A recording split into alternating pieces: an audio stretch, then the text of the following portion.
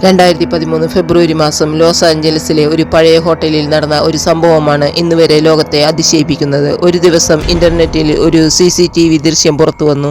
അത് ഒരു ഹോട്ടലിലെ ലിഫ്റ്റിനുള്ളിലെ ക്യാമറയിൽ പകർത്തിയതാണ്. ആ വീഡിയോയിൽ ഒരു യുവതി വളരെ വിചിത്രമായി പെരുമാറുന്നത് കാണാം. അവൾ ലിഫ്റ്റിനുള്ളിൽ കയറി ബട്ടണുകൾ പലതും അമർത്തി, പിന്നീട് വാതിലിനരികിൽ ഒളിക്കുന്നത് പോലെ നിൽക്കുന്നു. ഒരു നിമിഷം അവൾ ലിഫ്റ്റിന് പുറത്തേക്ക് നോക്കി ആരെയോ കാണുന്ന പോലെ കൈകൾ കൊണ്ട് സൂചനകൾ കാണിക്കുന്നു. എന്നാൽ ആ വീഡിയോയിൽ മറ്റാരെയും കാണുന്നില്ല. അവളുടെ പേര് എൽസ ലാം. അവൾക്ക് എന്താണ് സംഭവിച്ചെന്നതാണ് ഇന്നത്തെ കഥ.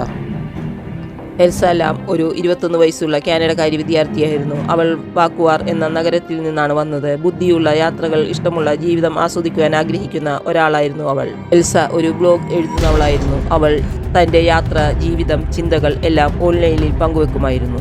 2013 അവൾ ഒറ്റയ്ക്ക് അമേരിക്കയിലേക്ക് യാത്ര ചെയ്യാൻ തീരുമാനിച്ചു. അവളുടെ യാത്രയുടെ ഭാഗമായിട്ടാണ് അവൾ ലോസ് ആഞ്ചലസിൽ എത്തിയത്. അവൾ താമസിക്കാൻ തിരഞ്ഞെടുത്ത ഹോട്ടൽ സിസി ഹോട്ടൽ ഒരു സാധാരണ ഹോട്ടലായിരുന്നില്ല. 1920കളിൽ നിർമ്മിക്കപ്പെട്ട ഈ ഹോട്ടൽ വർഷങ്ങൾ വിചിത്രമായ സംഭവങ്ങൾ കൊണ്ട് പ്രശസ്തമായിരുന്നു. അവിടെ നിരവധി ആത്മഹത്യകൾ, കൊലപാതകങ്ങൾ, കുറ്റവാളികൾ താമസിച്ച സംഭവങ്ങൾ എല്ലാം നടന്നിട്ടുണ്ട്. അതിൽ ചിലർ സിസിൻ ഹോട്ടലിനെ ലോസ് ആഞ്ചലസിലെ ഏറ്റവും ഭയപ്പെടുത്തുന്ന ഹോട്ടൽ എന്ന് പോലും വിളിക്കും. എന്നാൽ എൽസയ്ക്ക് ഈ കാര്യങ്ങൾ അറിയില്ലായിരുന്നു. അവൾ ഒരു സാധാരണക്കാരിയെ പോലെ അവിടെ താമസിക്കാൻ എത്തിയതാണ്. 2013 ജനുവരി മാസം എൽസ ഹോട്ടൽ ചെക്ക് ഇൻ ചെയ്തു. ആ ദിവസങ്ങൾ എല്ലാം സാധാരണമായി പോയി. അവൾ നഗരങ്ങൾ സഞ്ചരിച്ചു, ഫോട്ടോകൾ എടുത്തു, ബ്ലോഗിൽ എഴുതുകയും ചെയ്തു.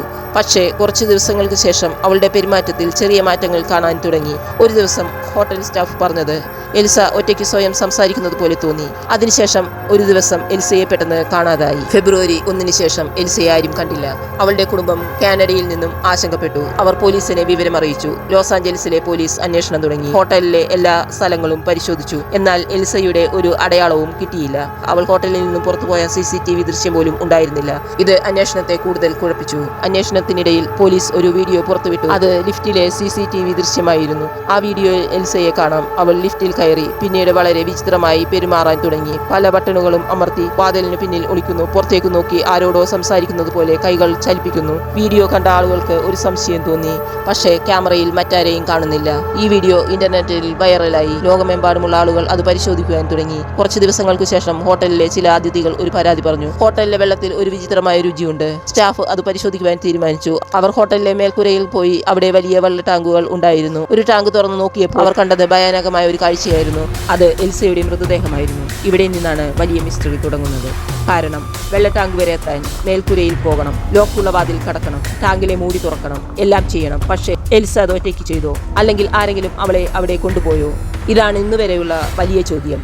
ഈ കേസിനെ കുറിച്ച് നിരവധി തിയറികളുണ്ട്. ചിലർ പറയുന്നു എൽസയ്ക്ക് മാനസിക സമ്മർദ്ദമായിരുന്നു. അവൾ തെറ്റായ മേൽക്കൂരയിൽ പോയി ടാങ്കിൽ വീണതായിരിക്കാം. രണ്ടാമത് ചിലർ പറയുന്നു ആരെങ്കിലും അവളെ പിന്തുടർന്ന് അവളെ കൊല്ലുകയും ടാങ്കിലിടുകയും ചെയ്തു. മറ്റു ചിലർ ഇതിനെ പാരാനോർമൽ മിസ്റ്ററി എന്ന് പറയുന്നു.